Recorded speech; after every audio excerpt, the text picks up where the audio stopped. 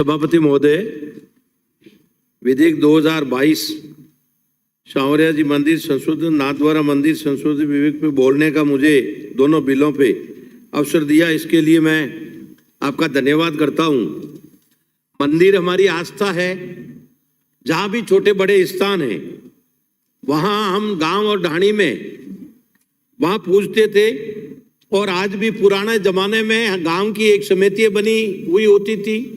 State time में भी उनका लगान के लिए जमीन मंदिरों के लिए देना और उनसे जो उपज होती थी उसके द्वारा सेवा पूजा करने का अधिकार था। वो धीरे धीरे अब कम होने के बाद में अब ये देवस्थान के माध्यम से और इन सरकार को भी ध्यान देने की आवश्यकता होगी कि मंदिर है वहां पुजारी अगर सही ढंग से पूजा कर रहे हैं या नहीं कर रहे हैं। मैं माननीय सभापति महोदय, जिस समय में जो समय था उसके आधार पे तो पुजारी से लगाकर समितियां और गांव की कमेटियां बनी हुई थी, उनका रख रखाव और सारी चीज होती थी। पर अब समय के आधार पर मैं आपको एक निश्चित रूप से सभापति महोदय निवेदन कर रहा हूं कि कोरोना काल में मैं बाड़मेर जिले से लगाकर गुजरात जहां अपना एरिया लगता था वहां तक मैं गया हूं, तो वहां उस कोरोना में पीड़ित जो पैदल चल रहे थे, इसके अलावा भी जो बीमार थे, हर मंदिर में जहां समिति बनी हुई थी उस मंदिर में उनकी सेवा हुई है, उनके खाने पीने का प्रबंध हुआ है।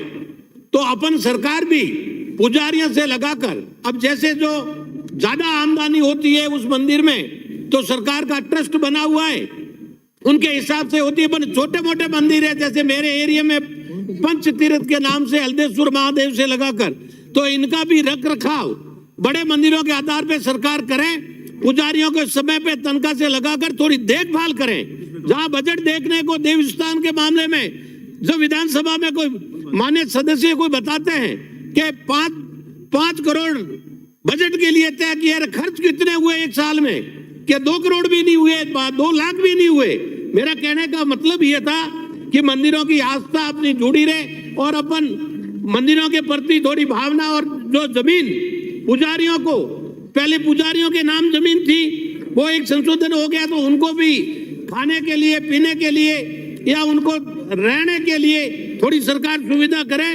मंदिर ये आस्था है, और आस्था से आपने देखा होगा महादेव जी के मंदिर से लगाकर जितने भी बड़े मंदिर है उनसे हर लोगों की आस्था जुड़ी हुई होती है।